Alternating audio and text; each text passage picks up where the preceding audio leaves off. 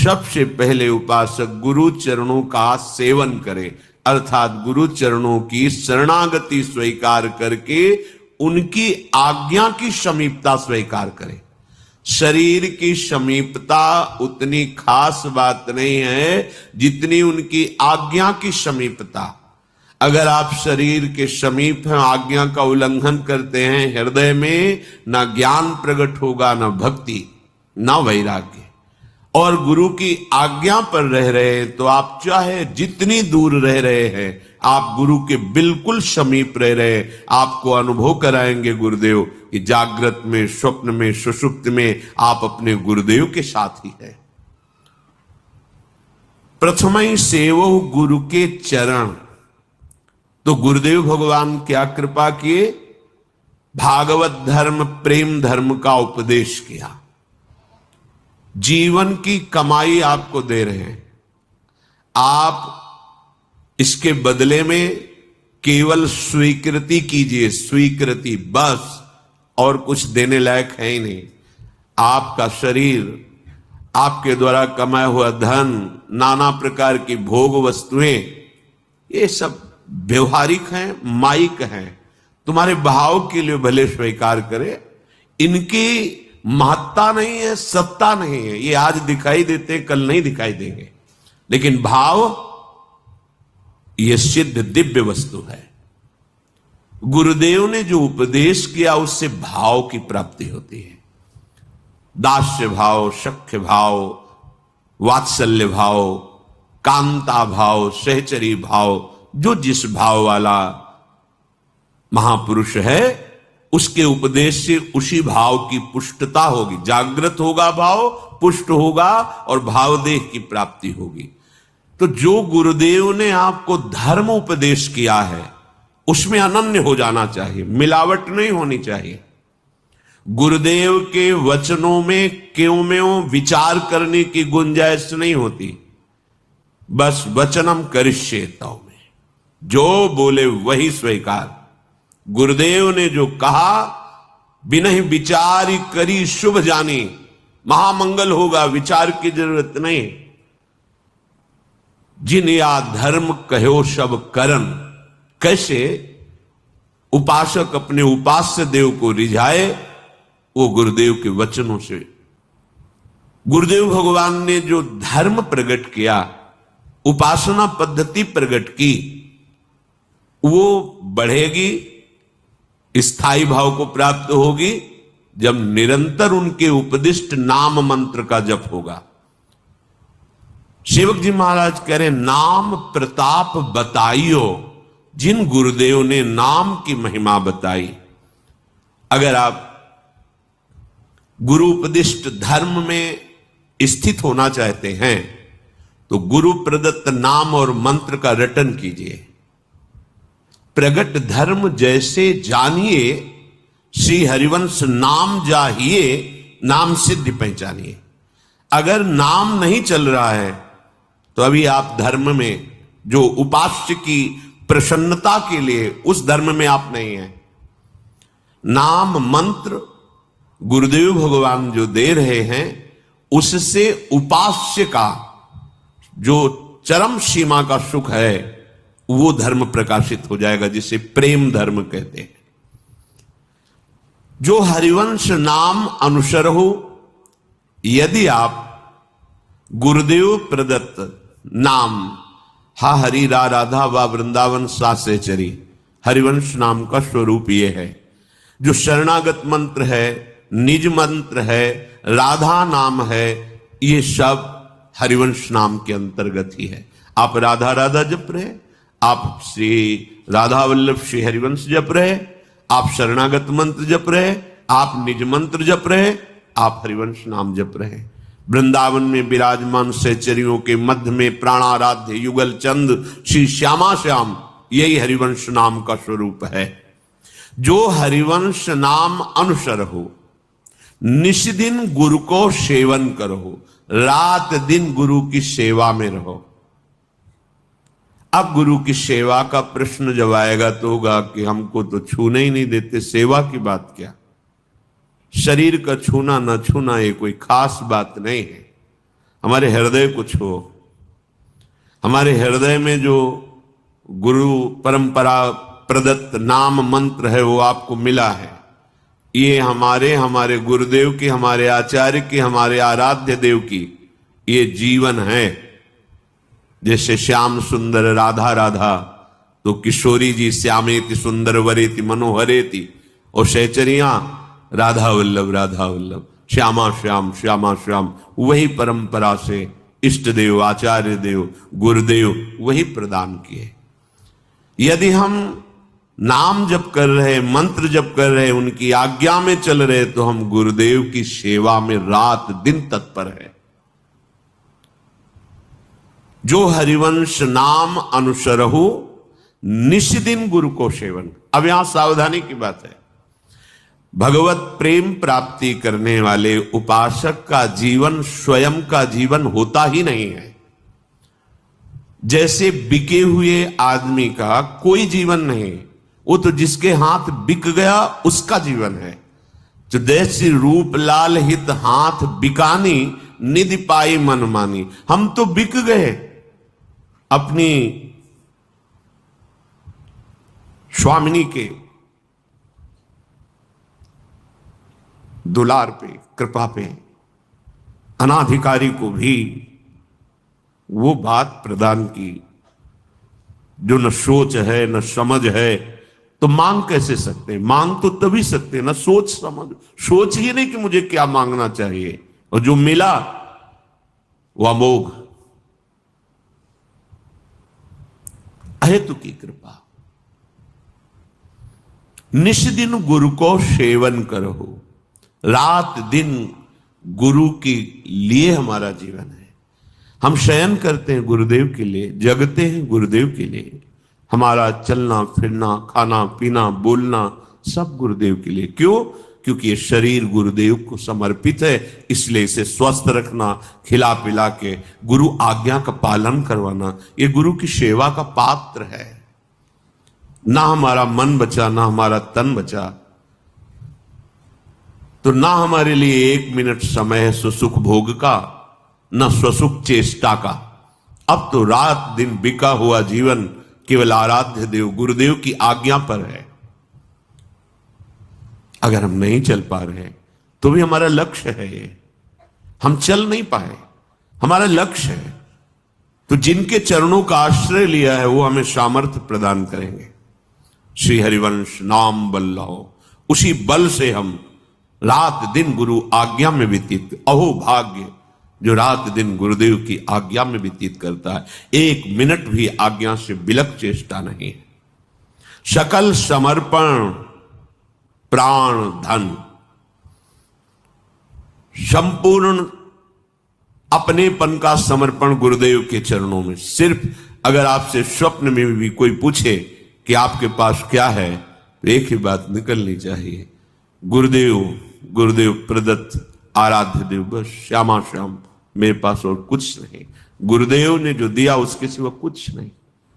न मेरा तन है, न मेरा मन है, न मेरे प्राण है, न मेरा कोई धन है। सकल समर्पण प्राण धन, अपना माना हुआ सर्वस्व गुरुदेव के चरणों में अर्पित कर देना। क्या? अपनापन।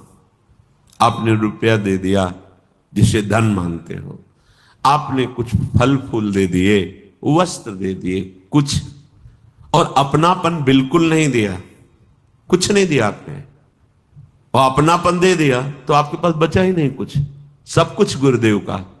जैसे वीर शिवाजी से अपनापन देखने के लिए गुरु मंत्र देने के पहले समर्थ गुरु रामदास जी उनके दरबार में गए और कहा भिक्षाम दे। अरे गुरुदेव पधारे, क्या भिक्षा में दे? मेरे पास तो सब कुछ गुरुदेव का है। तो गुरुदेव की वस्तु गुरुदेव की, मैं भिक्षा देने वाला कौन होता हूं? तो पूरा कागज में सब खजाना, राज्य सब, और दस्तखत, और झोली में डाल दिया। हाँ ठीक है, जैसी आज्ञा है हमारी वैसे राज्य का शासन करो। तुम राजा नहीं हो, अब मेरे सेवक हो। चलो, सकल समर्पण प्राण धन, इन्होंने सर्वस्व दे दिया। क्या? अपनापन।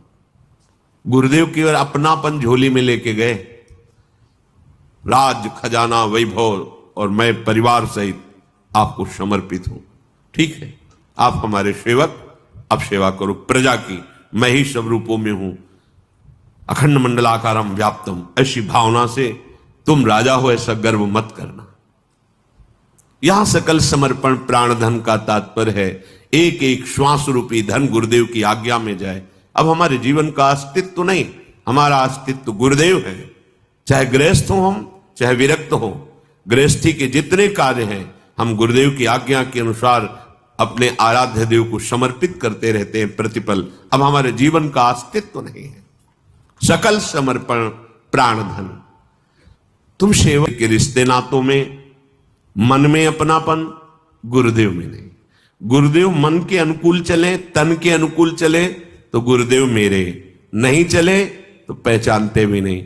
ये बात आपको आंतरिक भाव से समझनी पड़ेगी। सेवक जी महाराज जो कह रहे सकल समर्पण प्राण धन, अपनापन केवल गुरुदेव के। हमारा त्रिभुवन में कोई है तो गुरुदेव है, बस वही आराध्य देव गुरुदेव है। वही गुरुदेव जब कृपा करेंगे तो पांच भौतिक पर्दा हट जाएगा और सामने देखोगे कि प्रियालाल ही अभी तक हमारे साथ पर्दा करके खेल रहे थे गुरुदेव के रूप में, और कोई नहीं। प्रियालाल ही गुरुदेव है, गुरुदेव ही प्रियालाल है। गुरु सेवा तज करहि जे बानी, यह है अधर्म यह है सब हानि। सेवक जी महाराज कह रहे गुरुदेव की सेवा का त्याग करके खूब बनाकर साधना करे तो सेवक जी कह रहे मैं कह रहा हूं कि अधर्म हो रहा है, अर्थात उसका मायामल नष्ट नहीं होगा, वो अज्ञान समुद्र से पार नहीं हो पाएगा। और हानि, जो पवित्र बुद्धि शरणागत होकर अहंकार का नाश करके भगवत प्रेम प्राप्त करने की बनी थी, वो भी नष्ट हो जाएगी। संस्कृति मूल शूल प्रद नाना, सकल शोक दायक अभिमाना। इस पर केवल गुरुदेव का अंकुश काम करता है। जैसे मत वाले उन्मत्त हाथी पर महावत अंकुश के द्वारा उसे वश में कर लेता है, ऐसे गुरुदेव अपनी कृपा, अपने वचन, अपने दुलार, अपने शासन रूपी अंकुश से इस अहंकार को मिटा देते हैं, वश में कर लेते हैं। इसलिए गुरु सेवा तज करे जे बानी, यह है अधर्म, स्पष्ट शब्दों में यह है सब हानि। यही तुम्हारे लिए अधर्म हो जाएगा और यही तुम्हारी सब हानि कर देगा। देख लेना आगे चलकर। कान न रसिकन मेरा, भगवत प्रेमी महात्माओं की सभा में कभी तुम्हारा आदर नहीं हो सकता। गुरु गोविंद न भेद कराई, कभी गुरुदेव में और गोविंद आराध्य देव में भेद नहीं मानना चाहिए। कबीरा हरि के रूठते गुरु की शरण जाए, कहे कबीर गुरु रूठते हरि नहीं होय सहाय। अगर किशोरी जी का बल तुम आश्रय का दिखा करो, गुरुदेव की अवहेलना करो, तो वही तो गुरुदेव है, बात बनेगी ही नहीं। यह है अधर्म, यह है सब हानि। गुरु गोविंद न भेद कराए, गुरुदेव और गोविंद अभेद हैं, अर्थात गोविंद ही गुरुदेव बने हुए हैं। गोविंद थे, हैं, रहेंगे, पर काम नहीं बना। जब गुरुदेव रूप में आए तब काम बना। गुरु बिनु कौन बतावे बाट, भ्रांति पहाड़ी नदिया बिच में अहंकार की लाट। गुरु बिन कौन बतावे बाट, काम क्रोध दो पर्वत ठाढ़े, लोभ चोर संघात, मद मत्सर का मेघा बरसत, माया पवन बड़ ठाट। गुरु बिन कौन बतावे बाट, कहत कबीर सुनो भाई साधो, क्यों तरना ये घाट। गुरु बिनु कौन बतावे बात। गुरुदेव के बिना अध्यात्म मार्ग प्रकाशित ही नहीं होता। कैसे प्रकाशित हो अध्यात्म मार्ग? जहां भ्रांति की पहाड़ी है उसी में घूमते रहो, भूल भुलैया में। भ्रांति जननी जनक बंधु सुत दारा तन धन धाम सुहृद परिवारा काम क्रोध लोभ मोह मद मत्सर, ऐसी भ्रांति। इस भ्रांति भूल भुलैया से सही मार्ग कौन है ये हम कैसे जान पाएंगे? गुरु बिनु कौन बताएगा हमें ये रास्ता है, ये भूल भुलैया वाला है। इधर खस के तो घूमते रहो पूरा जन्म, लेकिन मार्ग नहीं मिल पाएगा। मंजिल की तो बात जाने दो, मार्ग ही नहीं मिल पाएगा। अहंकार की बड़ी बड़ी ऐसे लाट रखी हुई है मार्ग में। जब गुरु अहंकार हटाता है तो वो मार्ग प्रकाशित होता है। महापुरुषों के वचन, अहंकार की लाट, भ्रम की पहाड़ और ऐसी आसक्ति की नदियां बह रही हैं। कभी रसेंद्रीय आसक्ति, कभी जनेन्द्रीय की आसक्ति, नेत्रेंद्रीय की आसक्ति, घ्राणेन्द्रीय, त्वगेन्द्रीय, कितनी आसक्तियां ये नदी बह रही है। अहंकार की बड़ी बड़ी लाट रखी हुई है जहां से मार्ग जाना है हमें। और भ्रमात्मक भूल भुलैया ऐसी पहाड़ियां हैं, निकल ही नहीं सकते। गृह कारज नाना जंजाला ते अति दुर्गम शैल विशाला, विशाल पर्वत। काम क्रोध ऐसे भयानक आक्रमण करते हैं हृदय में कि बुद्धि ही काम नहीं करती। क्रोध आ जाए तो फिर पता नहीं चलता पूज्य जन है, क्या करना चाहिए, क्या कहना चाहिए। लोभ इतना चोर है कि हमारे पूरे जीवन की श्वासें चुरा लेता है। ये मिल जाए, ये खा लूं, ये भोग लूं, ये देख लूं, ये प्रशंसा, ये पद, पूरा जीवन चुरा ले गया। मद मत्सर ये मेघ की तरह बरस कर हमें भिजोते रहते हैं। ऐसी मत्सरता, ईर्ष्या, जलन, ऐसा अहंकार, मद, मैं अमुक विद्वान, मैं अमुक ज्ञानी, मैं अमुक अमुक अमुक। माया की ऐसी हवा चल रही है जिसमें विकारों की इस धूल ऐसी है वो दिखाई ही नहीं देता। सदगुरु अंगुली पकड़ करके जब चलते हैं तो भूल भुलैया से, इस माया भ्रमात्मक मोहाशक्ति रूपी नदी से, धूल भरी वासनाओं की इस माया जनित आंधी से बड़ी बड़ी लाटों को हटाकर अध्यात्म मार्ग प्रकाशित कर देते हैं। इसलिए जितने भी भगवत मार्ग के पथिक हैं वो कह रहे हैं भजन करना भले सरल हो जाए, लेकिन गुरु में प्रीति करना बड़ा कठिन है। गुरु से लगन कठिन है भाई। वो लाट नहीं हटा पाओगे जहां से अध्यात्म जाना है। अहंकार, वो लाट और पुष्ट होती रहेगी। अहंकार ही मूल बंधन है और वो केवल गुरुदेव की तिनकी संगति रहत जाति कुल मद सब नन सही। गुरु से लगन कठिन है भाई, लगन लगे बिनु काज न सरी है। जीव पर ले हुए जाई गुरु से लगन कठिन है भाई। महत्संगस्तु दुर्लभो अगम्यो। अगर हो गया प्रीति गुरुदेव के उपदेश में, उनके आश्रय में, तो अमोघस्य देवर्षि नारद जी, अमोघस्य निश्चित तुम्हारी भव समुद्र से पार होना, भगवत प्राप्ति होना, भगवत प्रेम में डूबना निश्चित गति हो गई। गुरु से प्रीति होना सबसे कठिन बात है। कैसे प्रीति होती है? बोले स्वाति बूंद को रटे पपीहा, पिया पिया रट लाई। प्यासे प्राण जात है अब ही और नीर नहीं भाई। गुरु से लगन कठिन है भाई। जैसे पपीहा स्वाति बूंद के लिए चोंच पसारता है, बस मर जाए, किसी और जल को स्वीकार नहीं करता। ऐसी प्रीति गुरुदेव के चरणों में होती है। गुरुदेव भगवान का वर्णन कर लिया, यही हमारे ब्रह्मा है, यही हमारे विष्णु, यही हमारे महेश है। गुरुर् ब्रह्मा गुरुर् विष्णु गुरुर्देव महेश्वरा गुरु साक्षात परब्रह्म तस्मै श्री गुरुवे नमः।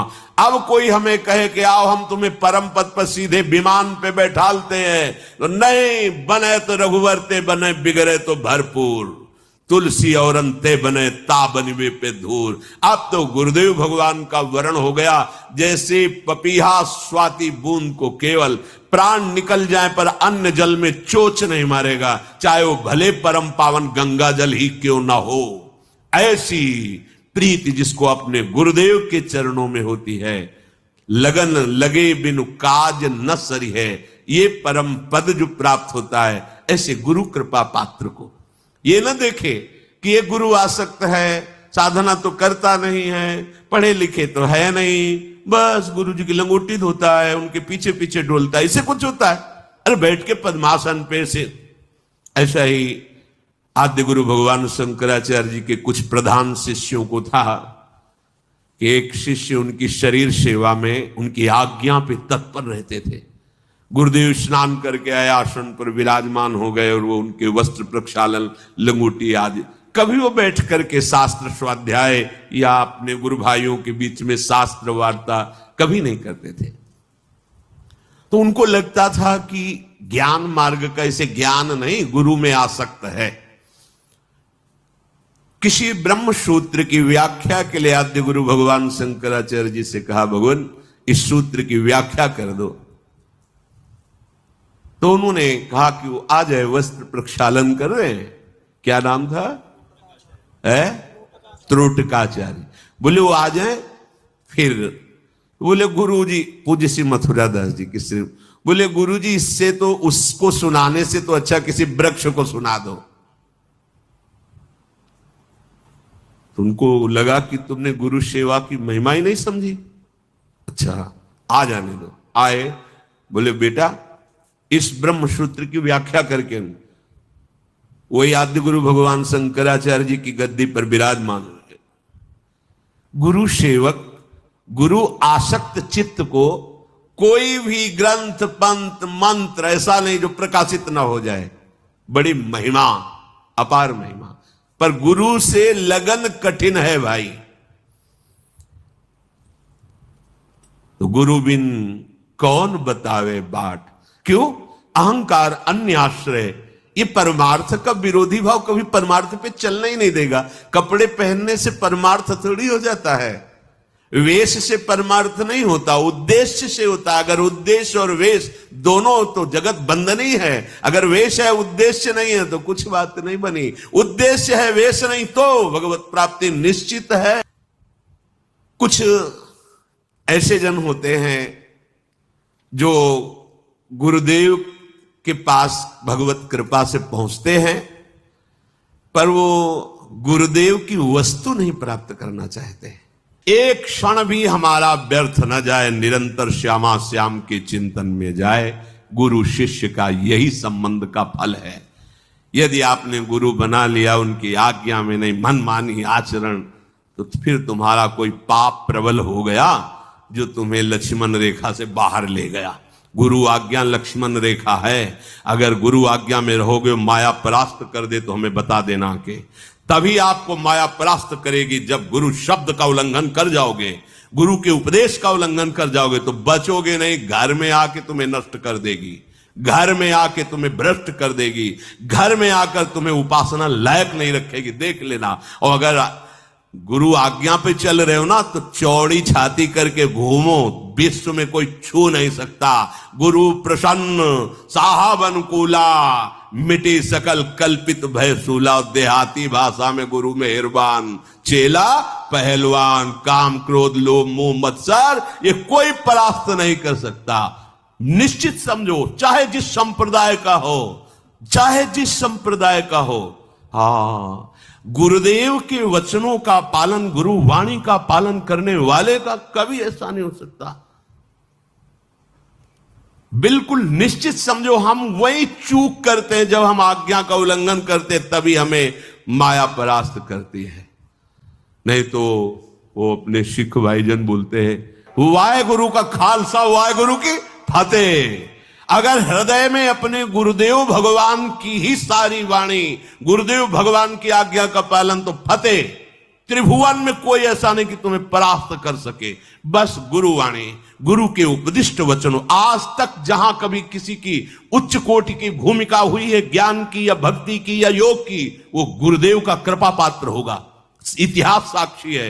अहंकार से भले कुछ कर लो, लेकिन उसका परिणाम इसी भौतिक जगत में भले तुम थोड़ा यश प्राप्त करो, परिणाम जो हमारे आचार्य वाणी है, गुरुजनों की वाणी है, हम इनका स्वाध्याय करें, हम इनको सुने और अपने मार्ग को समझे और धैर्य पूर्वक इस पर चले। यही सबसे बड़ी गुरु पूजा है। अगर आप आए, फूल माला भेंट फल गृहस्थ हो, करो, पर आपने आज्ञा का उल्लंघन करके मनमानी आचरण, तो वो इसके लिए थोड़ी ये भेष बना है। तो भाई 2-4 किलो आम ले आए, कुछ भेंट पूजा कर दी और इसके बाद हो गई गुरु पूजा। और मनमानी आचरण, ये गुरु पूजा नहीं भाई। गुरु पूजा है श्यामा श्याम के समीप पहुंच जाना, यही गुरु का लक्ष्य है। तो गुरु की बताई हुई उपासना पद्धति से गुरु के हृदयाराध्य लक्ष्य को प्राप्त करना, यही सबसे बड़ी गुरु पूजा है। उनकी आज्ञा का पालन, उनके प्रदत्त नाम का ये जीवन निर्वाह के लिए तो व्यवहार काल की सब चलता ही रहता है। अखिल कोटि ब्रह्मांडों का भरण पोषण करने वाले प्रभु अपने जनों का भरण पोषण किसी भी निमित्त से वो करते रहते। वस्तुतः गुरु आज्ञा पालन, गुरु मंत्र का जप, आचरणों पर दृष्टि कि कहीं गुरु विमुख दृष्टि तो नहीं जा रही, बदनिहाल हो जाओगे। क्योंकि सबके गुरुओं के गुरु भी लालजू महाराज है, और लालजू महाराज को भी जो सिखाती है वो हमारी प्रिया जी। 64 कला प्रवीण, पिय को नाचन सिखवत प्यारी, हमारी वृंदावनेश्वरी। हाँ, बहुत भोरी भी है, रूप राशि, ओ अति चतुर शिरोमणि, अंग अंग सुकुमारी, आवत श्री वृषभान। श्री राधा